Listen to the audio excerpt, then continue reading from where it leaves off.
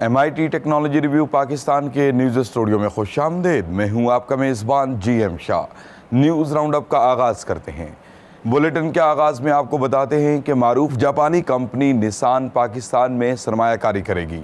ये सरमायाकारी 4.5 अरब की होगी, जिससे वर्ल्ड क्लास मैन्युफैक्चरिंग प्लांट तामीर किया जाएगा और इसकी बदौलत 1800 से ज़ायद रोज़गार के मौक़े फराहम किए जाएंगे। माहिरीन का कहना है कि सरमायाकारी की बदौलत पाकिस्तान में गाड़ियों की बढ़ती हुई ज़रूरत को पूरा किया जा सकेगा। और अब आपको बताते हैं कि मारूफ Korean company Samsung Galaxy Note series का नया मॉडल 9 बहुत जल्द मुतारिफ करवा देगी।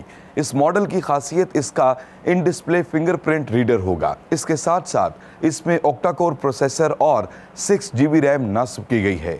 कंपनी का कहना है कि ये मोबाइल आजमाइशी मरहले से गुजर रहा है।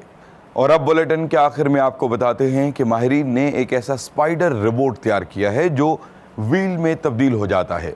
इस रोबोट में 8 ऐसी टांगों को नस्ब किया गया है जो ज़रूरत पड़ने पर अपनी हरकत को तब्दील कर लेती हैं। इसके साथ साथ इसको टैबलेट के ज़रिए कंट्रोल किया जाता है।